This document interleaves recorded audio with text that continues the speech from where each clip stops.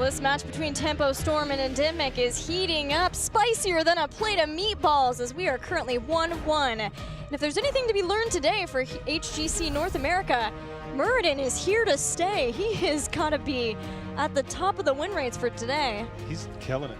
Every time he goes in, you're like, well, he'll probably live. There's no killing Muradin anymore. It's like the Muradin of old. It's been a long time since Muradin found himself atop the mountain. I think the last time I remember Muradin being this OP was when he had the Unstoppable on his E, and people were like, okay, we're done with that. Let's make him normal. And everybody's like, Muradin's not any good anymore. Remember the days when Avatar, he had stuns with his auto attacks? We try and forget those days. He's back, baby. The dwarf is back. But we're going to Infernal Shrines for the next map. And you know, this is a place where maybe Diablo might make an appearance, though maybe not because he's been banned so much. He's probably the only one. Johanna definitely rises in priority on this battleground because of the control. But I think that Diablo or Diablo, I think, will make it through, because if you're Tempo Storm, they did get map pick, right? Yes. If you're Tempo, pick first pick, then you cannot afford to give up Alex Straza, because ENDEMIC will first pick Alex Straza on this battleground. Tempo would run it, but I don't see any chance it makes it to that beyond first pick. Yeah, those shrine control, shrine clearing heroes like Diablo, for the control that he has, mainly by shoving people into walls. Alex Straza with Dragon Queen. Things like Tychus might make an appearance here. You know, fans played a lot of Tychus in his day with an Odin. I realized, looks like a giant meatball. He does. He really does. It only gets spicier as his souls stack up. I'm sweating over here just thinking about it. So JL's allergic to spicy things, so he wants nothing to do with that. No Diablo. Well, the thing is, Yrel. We know Yrel is strong. She's really strong in this battleground, something that does spring up from time to time. Yeah. If we do see a Diablo come out, we might see an Odin at the back end of a draft. Phoenix has had extremely high priority. ENDEMIC used one of the best Phoenix double lane rotations I've seen in a game on Infernal Shrines just not too long ago.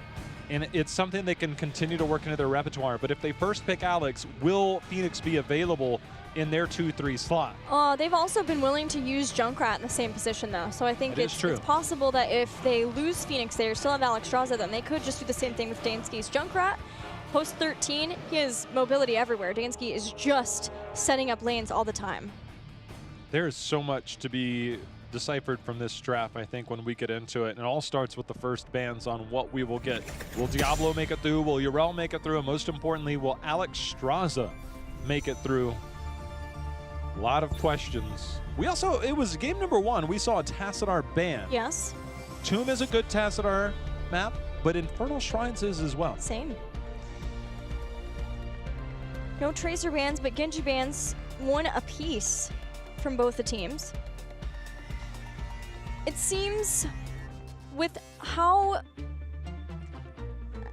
successful Tempo Storm has been in the first pick position, that ENDEMIC is still willing to give them their battleground choice, but this is a battleground that ENDEMIC right from the start has been picking and has been enjoying, and a lot of that is down to Alex Straza and Michael Udall Honor. Rainer's the ban for ENDEMIC. Rainer to me says that they don't anticipate getting Alex Straza through, and so they'll look towards the Phoenix. So far, Yrel, Diablo, Alex Straza. Only 2 of them can be banned going forward. One of those will be Diablo. Diablo versus Alex Straza. Lightning Breath on her heal points. Not so much fun. Nobody likes that. There's only 1 fire breather allowed in this game. Maybe none. If Tempo Storm bans Alex Straza, but then Yrel's up. Johanna. Ooh. Putting a choke on that ban. It's like, well, if you want Alex Straza, we'll take Muradin. Good luck beyond that. Pretty cool considering the fact that that's doubling down on the ban that ENDEMIC started with that Diablo ban. Then hit me with a, I mean, you could go any number of things, but Phoenix here, take away the Phoenix, just go Phoenix Muradin. I think that they don't have as high priority on Phoenix. Muradin seems very likely, though. You're all still up too. But for sure, their tank here. Wow. You're all Phoenix. Arguably stronger. Getting Storm Bolts to land in the middle of a shrine is never an easy task. Murden, however, everything else he does has high impact. Yeah, for sure. I think that's Tempo Storm saying we feel comfortable with another tank. It may end up being Garrosh. They already have Phoenix here. Could ban Jaina if she wasn't picked up here. Time for a Garrosh Decimate game for that slow for Phoenix. Thinking outside the box here. Too far. Let's put it back in the box. Yeah, we can put it in a bunker. It's like a box. We can, and we will. This does leave Endemic damage light, but there's still a lot of options, and especially because it's Endemic, Dansky has things like his Junkrat. Tempo Storm may be looking to pair that Phoenix with the Thrall. We'll see if that's the ban from Endemic. Tempo bans Sergeant Hammer here. Urel already can knock people off of the heal point for Alexstrasza. Lifebinder still we know is very strong. You have Bunker. But Deckard, whether it's Stay a While and Listen or Lornado for controlling on this battleground is something that Endemic has to consider banning out. Even just his Scrolls of Sealing are a problem for those heals.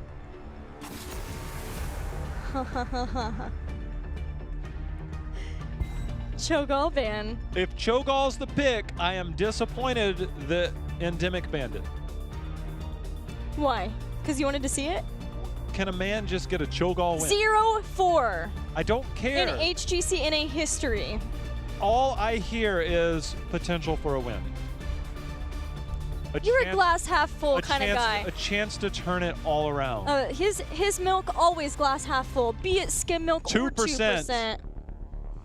What if you like vitamin D? Yelled 2%. Nobody likes skim milk. 2%. You only drink skim milk if you have to. Nobody likes it. You only drink it if you have to. Well, you only Zeratul if you've got something up your sleeve.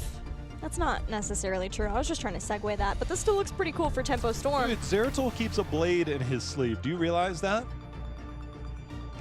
Maybe it's more of like a wristband? I think it's... I guess it would be up his sleeve. Yeah, dude.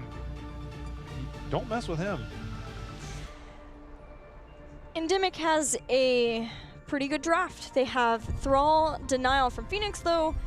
Obviously, still needing a tank. Tempo Storm wasn't going to likely pick that up. Unless they're going to solo tank Urel. Probably not the case there. So who is this tank? ETC.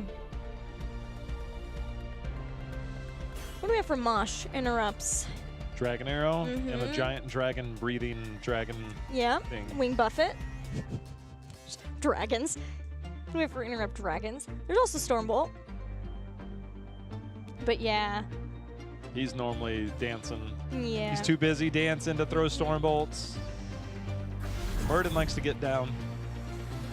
Well, Tempo Storm adding to the Diablo ban by banning Johanna, then not willing to get a warrior in there 1-2, does end up having to go back into the ETC. Do you see anything here that will be the saving grace for ETC when other games have not as always worked out in ETC's favor? Thrall does very well to keep ETC in place, and he can counter engage. That's the number one thing he can do. ETC on a hard engage versus this composition, I think will struggle. But there's a Void Prison. There is a Void Prison to set things up. You can always mosh pit the front, Void Prison the back, and deny the interrupts towards a mosh pit. Just a couple of seconds is all you need for your team to get a couple of takedowns. Who's playing this Zeratul? Fan on Zeratul. Dude. With glowering on Urel. He's a statistically Zeratul machine. The best. The best. If we go back prior to league stats and even going into some league stats, but one of the absolute best Zeratul KDAs in history. It's been a while, but... Yeah, we'll see how rusty he is or if he's ready to go on that hero. Likely ready to go because it's Fan. There are things like Sonic Arrow trying to give some vision to the team. Keep an eye on where he's going to be. Reveals are going to be very important, mainly because as ENDEMIC tries to group up for Alexstrasza heals to go into the bunker, it's a naturally grouping composition that we see from ENDEMIC. Tempo could get max value off of some VPs and a VP setup for a mosh pit. What do you have to force everybody into that bunker is the question. Because Phoenix Salvo is it, but then what's your damage after Salvo goes down? You can get the VP on the mosh pit, but do you have the damage output beyond that? Well, Cleave build will help with that later on. It's very late game if that's going to happen. That's true. Nice scatter arrow there. BKid will be stacking up. Specking into Perfect Storm again here. Alexstrasza's Q build here, which makes it more forgivable if not everyone can make it onto the point of her abundance. But she'll have to watch out. Michael Udall will have to watch out, trying to move around and pick up those life blossoms post 7. That doesn't leave her vulnerable to some harassment from Zeratul. That is a good point. We don't see much change up in the build with this style, especially at level 1. BKid making the rotation over. They do have eyes on Tempo Storm going towards that bottom, but that is 4 members. And with several members of ENDEMIC middle, they will have to concede the bottom camp, but they did do a good job of pushing out mid. That will warrant a response from Tempo Storm. Sending cattle there. The rest of the team staying in bot, half the camp there. ENDEMIC starting to get aggressive. Michael Udall took some harassment from Fan. And I think that's a theme that will be running throughout this game. It's bananas. Nobody's monkeying around this game, not when Western Clash qualification's on the line, J-How. The usual build for Hanzo, what seems to be the decided build. There's only been, I think, one person that I've seen go scatter at 4 since this phase has started, but Saw it earlier today, right? not on Infernal. Oh, right, for right. Infernal specifically. Okay. Yeah. BKid finds some company middle. All the camps have been dealt with. Both Shaman camps picked up to push out top. Urel hanging out there, getting that minor experience to give them a lead, but you do not want to give up an early game advantage. And Tempo, unless you choose to, opt to, and Tempo Storm has done just that as they push in this bottom lane. 1 tower is good, 2 is better. Well, that explosive arrow is especially appealing around the shrines because of how fast he can snipe those, setting up Alexstrasza instead to finish off the shrine if necessary. And ENDEMIC has appropriately responded. They sent down 2, though Caterpillar slowed BKid and continues to keep him from making it in, but both of them are just anchoring around, watching to see when the rotations happen. BKid can do the same as Tempo Storm would head up to try to defend this Punisher. In the mid, it's a Mortar Punisher. Not the most terrifying to defend, and especially since it's the first one. Nature's Cure used. They need to get the entire wall down, both towers, in order for them to say this is worth it, else they trade out evenly with what Tempo Storm managed to accomplish in that bottom lane, but Tempo Storm has had a staunch defense here. Cattle does take some damage. Dragon Queen was there. There is only 1 minion left. No more minions, so BKid took one of those shots, and that's why he is falling so low. What? Cure dives in for the counter engage, but he's the one taken out. Glaurung comes in. He's coming in for the slows. There's a face melt. There's a trade up. This is back and forth in favor of Tempo Storm for now. Yeah, those heals have to be perfectly placed, or ENDEMIC are not going to be able to get the heals from that. You saw Murden dive in, and then they tried to protect the 1 positioning. This time, trying to stand on it, claimed another life. 2 for 1 in favor of Tempo Storm, but I freaked out because I don't know if I've ever seen a 5-man feral spirit in my life. They lined him up, and Big E was happy to deliver that.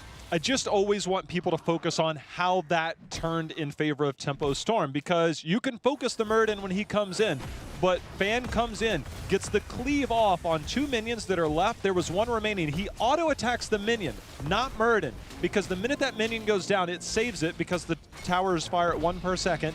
The next shot, he killed it in time. The next shot went on to Muradin, got the slow and the damage. So when he dwarf tosses away, he takes a big chunk of damage. He has slows, and that is enough to confirm the kills and force even more action in your favor. It is not always about dishing the damage out onto the heroes first. It is a matter of setting things up, allowing the buildings to do work for you. Well, ENDEMIC have had enough of this aggression from Tempo Storm, and without having 10 there, ENDEMIC aren't going to give Tempo Storm any amount of extra camps or push for free, not until 10's actually achieved by Tempo Storm. There we see it. Immediate mosh pit pickup. Tempo Storm is coming into this game, this draft, with a plan. It's working out well as they use that 10 tier to their advantage. Take down the bottom fort and the well, and the next shrine will be in the bot lane. If things go favorably for Tempo Storm, they get another Punisher. They get some takedowns. They get 1 or 2 takedowns in the fight. All of a sudden that Punisher goes from, hey, we could get a fort down, to that's already down. Keep wall, and you threaten the keep, because 13 would be available at that point. Tempo Storm has a chance to get total control of this battleground. Flower's knocking Cure out, and the rest of the team filing in. Tempo Storm hoping he can keep him here with the body blocks of Glaurung, but taking tower damage is enough to get Glaurung to back off, and ENDEMIC keep Cure alive. Tempo Storm are just using their Phoenix and the zoning around it with a Urel and with the Caterpillar ETC especially to let Vin put tons of damage on structures. Just give them not only an experience lead, but importantly opening up these forts for future pushes for Tempo Storm, along with Punishers and Shrines. They've already got a great setup around this bottom lane, and this is all started because they were willing to give up the first Shrine, knowing that Alexstrasza has that clear and the rest of the team, and get the towers down in that bottom lane. Well, all of it comes down to the little things that you mentioned previously. We know Heroes Hearth does all the little things. Tempo Storm is doing all the little things in and out.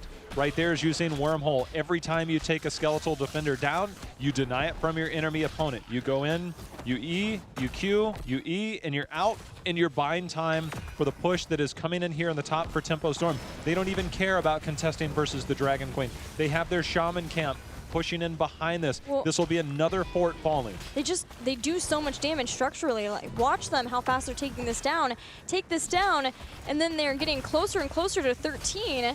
So if they want to defend that, if ENDEMIC pushes down in the bottom, they've already taken out fort, so they can just keep going. This is a keep if they stay. It's beautiful. Shot calling from Tempo. This is too late. That is a very late call.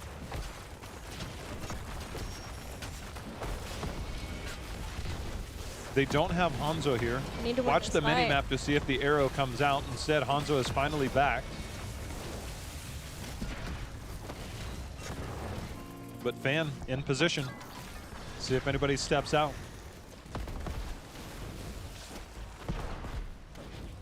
Nobody stepping out. Punisher in the bottom has continued to do structural damage. Now it happens. Michael Udall, the pick, the kill, Dragon's Arrow coming back in. They're willing to fight this anyway. Moshpit only on one, only on B-Kid. Void Prism in the back, so Tempo Storm can focus him down. It's not B-Kid, it's Cure actually on that Blaze. The kill there was good to get that second kill for Tempo Storm. They take out Thrall, and now they go right back to this top lane. Pathing through there, though, there's zero reason to path through there, knowing that your enemy opponent just left the area and has not shown anywhere else on the map. That is a risky pathing and punishable there, and Tempo Storm took full advantage of it. However, wow. This is not the first time that Tempo Storm has been... Oh, somebody's got to go Lagathon to this thing. Tempo Storm in this bot lane keep, I tell ya, those bot lane Punishers, they'll get ya. They still have all the lead in this game. As long as they don't lose that, as long as they keep this pushing out. They have a level and a half lead. 276 health remains on that keep. Oof. They have Bunker. it's a matter of getting there. Tempo are well aware of that. They find Fan, but VKid taking damage from the rest of Tempo Storm. I wondered if it would be a Cleansing Flame game just because of the Zeratul. Trying to stay away from that. ENDEMIC, keep the fight going. They want to do this before 16. Dragon's Arrow hits in the back. It's on June. Fan harassing in. Cure goes after him with the jet propulsion. The follow-up, they want to keep damage on him. Make sure that he can't escape. Make sure that he can't come back around and hit them with the old VP. He's going to Cleansing Flame onto the keep. 42 health. Oh, man. 42 health remains on that keep. That will make a team desperate for action. They're going to give it another here. go. 16's almost here, and by now, VP and, Earthquake and Dragon Queen. He better get in the air. Oh, no, he can't get in the air. Cleansing Flame was already used. Cattle is looking for the engagement. Pacify was used to slow down. Oh, man, this is This is looking really scary. They're keeping an eye on Fan. They're starting the retreat. He still has VP. There it is. It's party time, baby. Come on, Caterpillar. He's in. He's ready. Bunker there. Still hits 3 with the Mosh Pit follow-up. Murden goes down. Thrall falls. And we even see Hanzo go down too. Just Michael Udall and Blaze left. One went one way, one went another, and only one made it out. Well, the keep will finally fall. But at what cost? Probably a keep in return. And the experience from all of that now firmly puts this game in Tempo's favor. So a keep for a keep at the end of it. But the amount of kills obtained between that top and now that bottom lane have Tempo sitting pretty. The next Punisher, if you are an ENDEMIC fan, does still have a fort in the way. For your Octalysis fans, Tempo Storm is in complete control of this game. So much so that June not even needing Ice Block.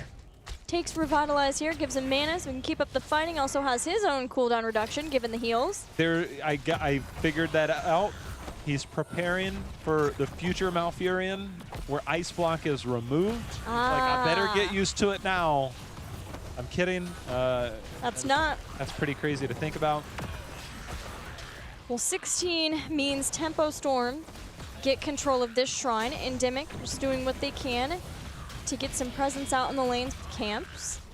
And if possible, soak themselves up to 16, which they have been able to do. 34-35 with nothing there for ENDEMIC. Tempo Storm can play this cautiously, knowing that with 16 here, this is the best time for ENDEMIC to try to get a fight. Yeah, they're coming in. They're going to force the hand of Tempo Storm to do something because Tempo Storm has dropped back to grab their Shaman camp. They want that to push during this.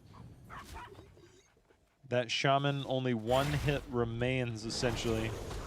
That will be cleared up. Tempo Storm will use that. Barring what happens here, they can get the mid down. Ideally, they would have liked to have the Shaman down on the side of ENDEMIC. And then they could rotate over, use the mounting minion wave and their Shaman camp. Weep. Again, barring nothing happens here, because right now, Cure already under assault. Pyromania out. Yeah, it seemed like a possible misstep on trying to get the bait there for the leap, but they do get some damage done to it, and it's far safer to defend around your keep here when you still have the wall to bait over. So they get some damage done. This will allow them to clear up the rest, though Tempo Storm getting the wall here is going to jump up in experience. Just setting their sights on getting 20, having Zeratul split soak. Start them working on some camps in multiple lanes so that they have their choice of what to do. Once they do get that 20, keep all the lanes pushed out, make ENDEMIC respond to them so that they get that time to get Storm Talents. ENDEMIC is in a world of trouble because 20 is almost here for Tempo Storm. Zeratul hit his 16 power spike. Level 20 is even more terrifying because how in the world do you even kill him at that point? Unconquered Spirit for Phoenix. ETC. Yrel, self-cleanse, ETC. I'm not sure. The threat of ETC alone, whether it's a Blink Mosh, whether it's Torabus, whether it's Death Metal, he's so effective in any form or fashion that 20 for Tempo Storm, it is tough for ENDEMIC right now. Yeah, ETC, his level 20 spike is pretty darn good. mean, you just sit on it. Yep. And you have no idea what to prepare for. Pure, he's preparing for the inevitable end as he already popped Pyromania for the armor, getting knocked back away, but the heals do come in. He also well tapped. But ENDEMIC, they're in no condition to take a fight. Oh, J-How, the next shrine is bottom, where that keep is already down. Either side, though, really, but ENDEMIC so far from 20, Tempo Storm is just living in their base. In a weird way, I think if they're going to have to fight down a talent here, Tempo Storm could just as easily say, well, we're going to force out bottom. You can have the top Punisher, and then we're going to force you to kind of play around that. And they already did damage to the top keep area. So if they're going to have to take a disadvantageous fight, it's got to be here in the bottom lane. That way you don't lose to catapults and the macro pressure that we know Tempo is so good at. Seemed almost like Glowring was baiting that out. Now knocks B-Kid back. Avatar usage there. Tempo Storm just poking and prodding at ENDEMIC in whatever way, shape, and form someone can, whether it's Glowring using his Seraphim and Unstoppable. It just denies XP. Who do you have in any other lane picking up XP? I mean, you are denying anything close to 20 from ENDEMIC by keeping yourself here. You hope that the middle wave will continue to push out. Tempo's not going to rotate over there and push that lane out for you. There's no need to. They just denied you any experience that you could have possibly gained anywhere on the map. Tempo Storm, I love this team. Exceptional job by them to keep ENDEMIC here in this bottom lane. ENDEMIC finally has the siege broken, but it's only 10 seconds out until the shrine. Tempo Storm is just moving the siege back and setting up their stronghold around this bottom shrine. Fans sharking around, Cattle doing the same, keeping an eye on everyone and where any point of ingress happens around this shrine so that Vin is on the point, and ENDEMIC, they're willing to bring it in without 20. Just keep your eyes on Fan. He is the setup man with that VP, and he is also the killer at this point with that. Michael Udall, Dragon Queen is out there going to fight on this. Fan, he comes in, wormhole out. There's the root follow-up with the Dragon Arrow. They are bringing the fight to them. Fan takes a lot of damage with the Earthquake there. Bunker is there. Cleansing Flame is out as the dive goes in, but Cattle looking to set up the mosh pit. The stun. Oh, the stun buys time, but Biggie, he falls. With such a good jet propulsion to stop Caterpillar from getting the mosh. Got it in the end, knocked back from that Dragon Queen from Michael Udall. They're not out of this yet. If ENDEMIC can get a kill some way.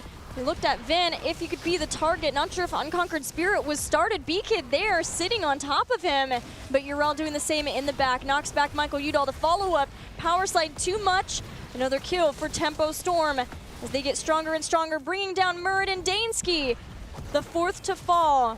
And for a second time, Cure's the only person to remain in the fight. This time, even he won't survive the wrath of Tempo Storm. Tempo Storm, they got shut out game number 1. They had a near shutout here, 15-1 at the end of this. And ENDEMIC, Gilly, they need one win, one game. They do not need to win the series to go to Western Clash. They won game number 1, but game 2 and 3 have looked entirely different in favor of Tempo Storm. The next game is all that's left for ENDEMIC. They have some tough choices to make. They lost the last game and picked first pick anyway, and for them that meant that they could get their Alex Straza because it was Infernal Shrines. But it was a battleground choice, and the second pick position, which historically and statistically way favors Tempo Storm. Whether that means that it's time for a change up, I don't think that that is necessarily everything, but it is something that ENDEMIC has to think about. Also, ENDEMIC at times like these, the nerves have started to set in for some of the members of this team. They cannot let this happen here, or else they won't go to the Western Clash.